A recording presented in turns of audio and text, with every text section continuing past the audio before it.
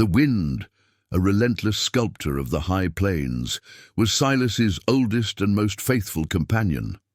For 12 unforgiving winters, it had whispered its mournful tune around his sturdy, if weather-beaten ranch house, a constant, biting reminder of the profound isolation he had not just endured, but actively chosen. Silas, a man whose very being seemed to have been forged by the relentless sun-baked earth and the bitter, biting cold of the Montana wilderness, had found a fragile, almost ascetic peace in the vast, untamed emptiness that stretched to every horizon. His hands, gnarled and powerful, bore the indelible marks of countless hours spent wrestling obstinate cattle into submission, mending miles of barbed wire fence that seemed to perpetually unravel, and coaxing a meager living from the unyielding, often unforgiving soil. It was a solitary dance with the land, a silent, grueling dialogue spoken in calloused palms, aching muscles, and the deep lines etched into his rugged face. He rarely, if ever, ventured into the dusty, boisterous towns that dotted the distant horizon, their false promises and fleeting excitements holding no appeal. He much preferred the predictable, uncomplaining rhythm of his ranch, the simple truth of tending to livestock and land, to the chaotic, often treacherous unpredictability of men and their petty squabbles. Loneliness, though a persistent, ever-present shadow that lengthened with the setting sun, had long ceased to be a torment. It had transformed into a familiar hum in the backdrop of his life, a quiet, almost comfortable companion that filled the vast spaces of his home. His days were an austere, unwavering ritual, beginning long before the first hint of dawn, milking his small herd of resilient cows, feeding his sturdy horses, and meticulously attending to every single chore, each action a meditation on survival. His evenings were spent under a sky so thick with glittering stars that it felt as if he could reach out and pluck them from the velvet blackness, a panorama that dwarfed his existence and somehow brought a strange sense of peace. Yet beneath that stoic, unyielding exterior, a flicker of something long dormant stubbornly remained, a subtle, almost imperceptible yearning for connection, a deep-seated desire he dared not acknowledge, even to himself. The profound silence of his life was not merely an absence of noise. It was a monument to a painful past he rarely revisited, a fragile peace painstakingly built on deliberate exclusion, a fortress against the hurt that had driven him to this desolate haven. Every creak of the floorboards, every gust of wind against the eaves was a testament to his solitary existence, a life lived entirely on his own terms, for better or worse. The blizzard, when it finally struck, did so with the sudden, brutal force of a vengeful god, a visceral reminder of nature's indifference. It was a swirling, blinding vortex of white, a furious tempest that devoured the landscape whole, reducing the world to a monochrome canvas of driving snow and howling wind, erasing all familiar landmarks. Silas was inside, hunched by the meager but comforting warmth of a crackling fireplace, the only source of light and warmth in the rapidly darkening cabin. He was meticulously mending a worn leather bridle, the familiar scent of cured hide filling the small cabin, a task that demanded his full attention. He barely registered the first faint, desperate thud that echoed through the relentless howling of the wind, dismissing it instinctively as a loose shutter torn from its hinges or a branch, heavy with ice, snapping from a struggling tree. But then, a second, more insistent thud, distinct and unnerving in its proximity, sliced through the storm's furious roar, followed by a faint, almost imperceptible moan that seemed to be swallowed by the gale, barely audible above the tempest's fury. His senses, honed to a razor's edge by years of living on the harsh, unforgiving edge of civilization, sharpened instantly, every muscle in his body tensing in an almost involuntary response. He instinctively reached for his trusty Winchester rifle, its familiar weight a comforting, reassuring presence in his hands, and cautiously approached the heavy oak door, his breath misting in the cold air. With a slow, deliberate movement, he unlatched it and pushed it open. the wind tearing at his thick wool clothes, stinging his eyes with icy shards of snow. Through the swirling, blinding white curtain of snow, a dark, huddled form lay motionless on his porch, barely visible against the white onslaught, an anomaly in this desolate landscape. He moved cautiously, rifle raised, his heart thudding a heavy, irregular rhythm against his ribs, a strange mix of apprehension and reluctant curiosity urging him forward. He edged closer, only to discover a young woman, her white wedding dress a stark, chilling contrast against the dark, congealing blood that stained it crimson, her face pale and still as death itself, framed by the tattered remnants of her veil. The sheer unlikelihood of her presence in such a remote, desolate place, in such a brutal, life-threatening storm, sent a raw jolt of primal shock through him, shattering the long-held tranquility of his solitary existence. Silas, a man utterly unaccustomed to such sudden, dramatic intrusions into his meticulously ordered life, acted purely on instinct, a deep, long-dormant, protective impulse overriding his usual cautious solitude. He carefully, almost tenderly, lifted the unconscious woman, her weight surprisingly feather-light against his strong arms, noting the fragile curve of her spine even through the heavy fabric. He carried her inside, laying her with a surprising gentleness onto his worn but impeccably clean cot near the fire, the soft glow illuminating her pale face. The sight of the blood, vivid and horrifying against the delicate white lace of her dress, sent a chilling jolt down his spine, a stark reminder of the violence she had clearly endured. He moved, with a quiet, efficient urgency born of years of necessity and self-reliance, quickly assessing her injuries. A deep, ragged gash marred her temple, a stark, angry line against her pale skin, and several smaller, shallower cuts crisscrossed her hands and arms, testament to a desperate struggle. Her breathing was alarmingly shallow, ragged, and uneven, a fragile thread of life in the silent cabin.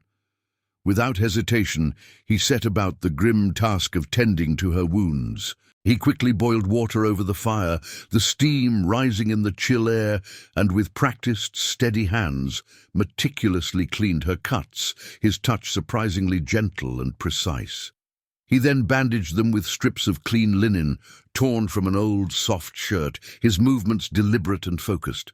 As he worked, his gaze fell upon the intricate, delicate embroidery on her ruined wedding dress, the simple, elegant veil tangled in her bloodied, matted hair, and the faint gleam of a simple gold band on her ring finger, a symbol of a shattered promise. A runaway bride, perhaps, fleeing a forced union, or something far more sinister, a tragedy unfolding in the vast, unforgiving wilderness, the remnants of a life brutally interrupted. The unanswered questions gnawed at him, a persistent, unsettling itch, disturbing the quiet, predictable order of his carefully constructed life, pulling him unwillingly from his isolated sanctuary. He sat by her side through the long, unforgiving night, the only sounds in the small cabin, the comforting crackle of the fire and her shallow, fragile breaths, a strange, unfamiliar, and undeniable sense of responsibility settling upon his broad, unaccustomed shoulders. When the woman finally stirred and slowly opened her eyes, they were a startling, vibrant shade of green, wide with a potent mix of profound fear and disorienting confusion, blinking slowly as if adjusting to the light and her new reality. She tried to speak, her lips moving with effort, but only a hoarse, painful whisper escaped them, a dry rasp against the silence. Silas, ever practical, offered her a cup of cool well water, which she clutched with trembling hands and gratefully drank, her throat working convulsively, then a small bowl of his hearty, plain venison stew, its warmth a soothing comfort. She consumed it slowly, each spoonful a monumental effort, as if she hadn't eaten in days. As she gradually regained some strength, the color returning to her pale cheeks, she introduced herself as Ilara, her voice still weak but gaining a fragile clarity with each passing moment. Her story, delivered in halting, pained whispers, punctuated by deep, shuddering breaths, painted a grim and terrifying picture, a tale of desperation and sheer survival against seemingly impossible odds. She spoke of a forced marriage to a brutal, powerful rancher named Bartholomew Beaumont, a man known throughout the territory for his immense wealth, his ruthless ambition, and his chilling cruelty. She recounted a desperate, terrifying escape on her wedding day, fleeing from the altar itself, driven by a primal need for freedom. Her harrowing, nightmarish journey through the unforgiving blizzard, pursued by men intent on dragging her back to her tormentor, was a tale of unimaginable endurance. She had stumbled for what felt like endless miles, lost, freezing and bleeding, before finally collapsing, utterly spent, at his remote door, the last vestiges of her strength giving out. Silas listened, his rugged features unreadable, his gaze fixed on the flickering firelight, but a flicker of something akin to empathy. A deep, resonant understanding stirred deep within him, a long-buried sensation of shared pain. He saw in her wide, haunted eyes a reflection of a pain he knew all too well, the deep, invisible scars of a past that refused to be forgotten, a life irrevocably altered by trauma and loss. He knew, with a certainty that settled deep in his bones, a feeling both unsettling and profoundly transformative, that his carefully cultivated solitude was about to be irrevocably shattered. Her arrival was not just an intrusion, it was a powerful, undeniable reckoning, forcing him to confront not only her future, but his own. Remember to subscribe to our channel for more captivating stories like this and hit the notification bell so you don't miss our next chapter. Your support helps us bring these compelling narratives to life. Days bled into a week, then another, a quiet rhythm settling into the small cabin. Ilara, though still bearing the lingering signs of her ordeal, a slight tremor in her hands, a shadow in her eyes, slowly, painstakingly regained her strength. The color returned to her cheeks, and the haunted look in her eyes softened, replaced by a tentative curiosity about her rescuer. Silas, despite his initial ingrained reluctance to allow anyone into his meticulously ordered and isolated world, found himself drawn, almost against his will, to her quiet resilience, her understated grace in the face of such trauma. He was, and always had been, a man of few words, his conversations terse and to the point, each word carefully considered. But his actions, deliberate and consistent, spoke volumes louder than any grand declaration. He provided her with a steady supply of nourishing food, insisting she eat until her plate was clean, the life-giving warmth of his cabin, and, most importantly, the tangible safety and unspoken sanctuary of his home, a stark contrast to the brutal world she had fled. Ilara, in turn, though still guarded and slow to reveal her true self, offered him something he hadn't truly experienced in years, a fragile, hesitant form of companionship. They shared silent meals, the only sounds the comforting crackle of the fire, the distant howling of the wind outside, and the quiet clinking of their utensils. She would often watch him work, her gaze contemplative and observant, sometimes offering a small, grateful smile, a subtle nod of appreciation that spoke more than words ever could of her thanks and growing trust.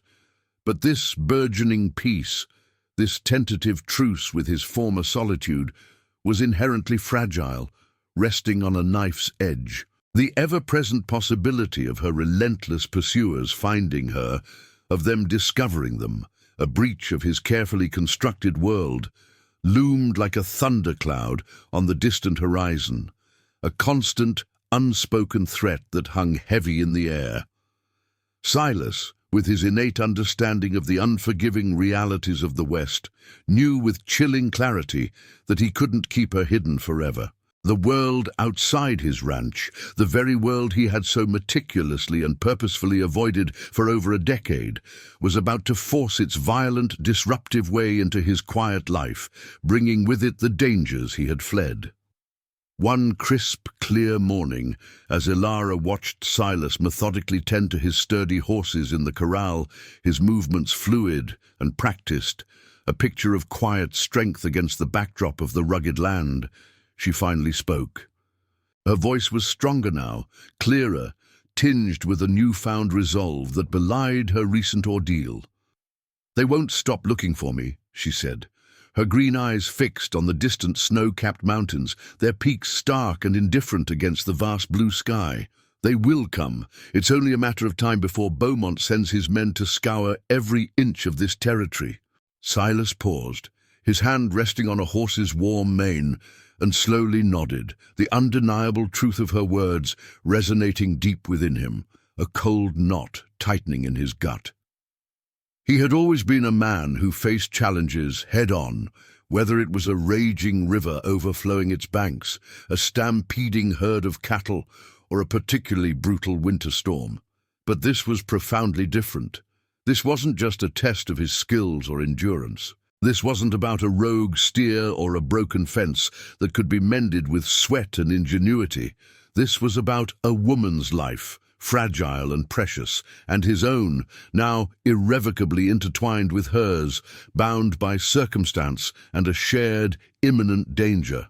He had two stark choices, both fraught with peril, both demanding a sacrifice. He could send her away, back into the dangerous, unforgiving world she had so narrowly escaped, leaving her to face her tormentors alone, an act that would haunt him, or he could stand by her, a silent, unwavering protector, drawing the danger onto himself.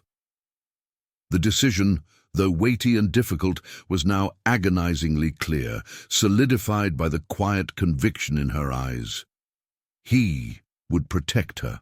It wasn't some grand, heroic impulse that drove him, no fleeting desire for glory or recognition.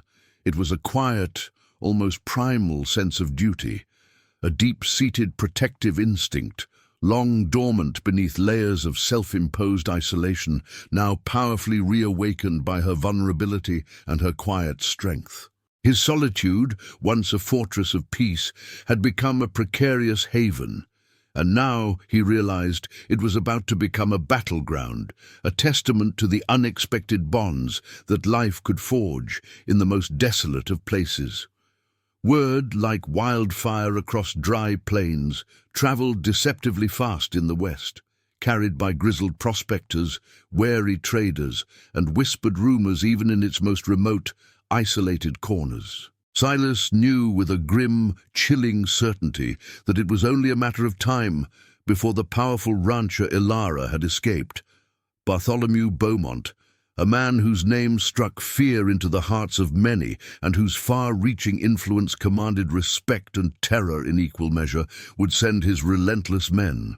He began to prepare with a grim, methodical efficiency, every action deliberate and purposeful, his mind clear and focused on survival. He meticulously fortified his small cabin, reinforcing the thick wooden doors and windows with heavy planks, checking his dwindling ammunition supplies with a practiced eye, ensuring every bullet was accounted for, and setting crude but effective traps around the perimeter of his property, hoping to slow any approaching attackers to buy precious moments. Ilara, despite the lingering tremors of fear that still occasionally shook her, the nightmares that sometimes stole her sleep, insisted on helping, her quiet determination a stark and surprising contrast to her delicate appearance. She cleaned and loaded his extra rifle, her hands trembling slightly with the effort and the sheer weight of the impending threat, but her eyes remained resolute, unflinching, a fierce resolve burning within them. She had no intention of being a helpless burden. The days leading up to the inevitable confrontation were filled with a tense, almost suffocating silence, punctuated only by the occasional creak of the floorboards as they moved about the cabin, preparing, and the distant mournful howls of coyotes echoing across the vast expanse, sounding like harbingers of doom. The very air in the cabin was thick with anticipation, the palpable calm before the storm, a stillness that was more terrifying than any noise. Silas, who had once embraced his solitude as a shield against the world's pain, now found a profound, unexpected strength in the quiet, unspoken alliance they had forged. It was a fragile but powerful bond, a silent agreement to face the looming, violent threat together. He was no longer alone in his defiance, and that realization, though daunting, brought with it an unlooked-for sense of purpose and a flicker of hope. He wasn't just fighting for himself, he was fighting for her. Don't forget to subscribe to our channel to stay updated with all our latest stories and future releases. Your support helps us create more compelling narratives and share these gripping tales with a wider audience. The dust cloud appeared on the distant horizon just as the first sliver of dawn pierced the inky blackness, painting the eastern sky in hues of bruised purple and angry red. It grew steadily, ominously larger, a dark stain against the burgeoning light, signaling the inevitable. A group of riders, grim-faced and heavily armed, their silhouettes stark against the burgeoning light, approached the ranch at a slow, deliberate pace, their horses' hooves kicking up plumes of dust. Silas stood on his porch, his Winchester rifle clutched firmly in his hands, its well-worn stock fitting perfectly into the hollow of his shoulder, a familiar weight that grounded him. Ilara stood bravely by his side, an old double-barreled shotgun, heavy and unwieldy, clutched tightly in her trembling but determined hands, her knuckles white. The leader of the group, a burly, scarred man named Jedediah, known as Beaumont's enforcer, with a cruel, calculating sneer permanently etched onto his face, dismounted slowly, his boots crunching on the gravel. "We're here for the girl," he snarled, his voice guttural and laced with menace, his cold eyes sweeping over Ilara with a possessive, predatory gaze that made her instinctively flinch. "She belongs to Mr. Beaumont, and he wants his property back. You'd do well to hand her over, old man, unless you fancy a quick trip to hell." Silas, his voice surprisingly low and steady, each word measured and firm, cutting through the tension, responded without flinching. "She's not going anywhere. This is her home now, and she's under my protection." A tense, suffocating standoff ensued, the silence broken only by the snorting of horses and the creak of leather. Words were exchanged like sharp, cutting blows, each man carefully measuring the other, their eyes locked in a silent challenge, the weight of their intentions hanging heavy in the silent morning air. The air crackled with a palpable tension, a volatile energy that promised imminent, brutal violence, a storm that had been brewing for days, finally reaching its breaking point. Silas knew this was it. There would be no turning back. His solitary life, his quiet ranch, were no longer his alone to protect. He had made his choice, and now he would face the consequences head-on. The first shot cracked through the crisp morning air, a sharp, deafening sound that shattered the fragile quiet and signaled the brutal, unavoidable beginning of the confrontation. Silas, hardened by years of harsh living and countless skirmishes against both man and nature, moved with a surprising speed and agility for his age, his aim true and deadly. His first shot found its mark, striking one of Jedediah's men, who crumpled from his saddle with a choked cry, hitting the ground with a sickening thud. Ilara, though her heart hammered against her ribs with terrifying force, a cold dread twisting her stomach, found a deep hidden strength she didn't know she possessed. She raised the old shotgun, its weight almost unbearable, and fired with a surprising, desperate accuracy, the thunderous recoil slamming into her shoulder, scattering the attacker's formation. The battle was fierce and brutal, a desperate, bloody fight for survival against overwhelming odds. Silas fought with the raw, untamed ferocity of a cornered animal, his every action driven by the primal need to protect not just his home, but the fragile, blossoming hope that Ilara represented, the possibility of a different future. He sustained multiple injuries, A glancing blow to his arm from a ricochet, a painful graze on his ribs from a bullet that barely missed his heart. But he pushed through the agonizing pain, his jaw set, fueled by an unwavering resolve, a silent vow to himself that he would not yield. They fought side by side, a silent, efficient partnership forged in the crucible of desperation, a testament to the unexpected, profound bond that had blossomed between them in isolation and danger.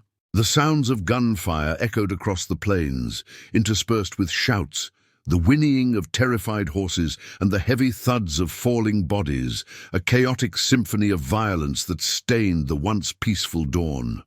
Silas, despite his injuries, managed to outmaneuver Jedediah, disarming him in a swift, brutal struggle, finally ending the fight. Ilara, watching with wide, horrified eyes, saw the last of the attackers fall. The air was thick with the acrid smell of gunpowder and the metallic tang of blood. The initial assault had been repelled, but the cost, both physical and emotional, was steep. The sun, now higher in the sky, cast long, distorted shadows across the scene of carnage, an eerie silence descending once more. As the last echoes of gunfire faded into the vast, indifferent emptiness of the plains, a chilling silence descended, broken only by the ragged breathing of the survivors and the faint creak of the wind-worn cabin. The dust, thick with the scent of gunpowder and spilled blood, began its slow, inevitable descent, gradually revealing the grim tableau of the aftermath. The attackers lay still on the bloodied ground, their defeat absolute and chillingly final, a stark testament to the ferocity of the defense. Silas, bruised and bleeding from several shallow but painful wounds, was utterly exhausted.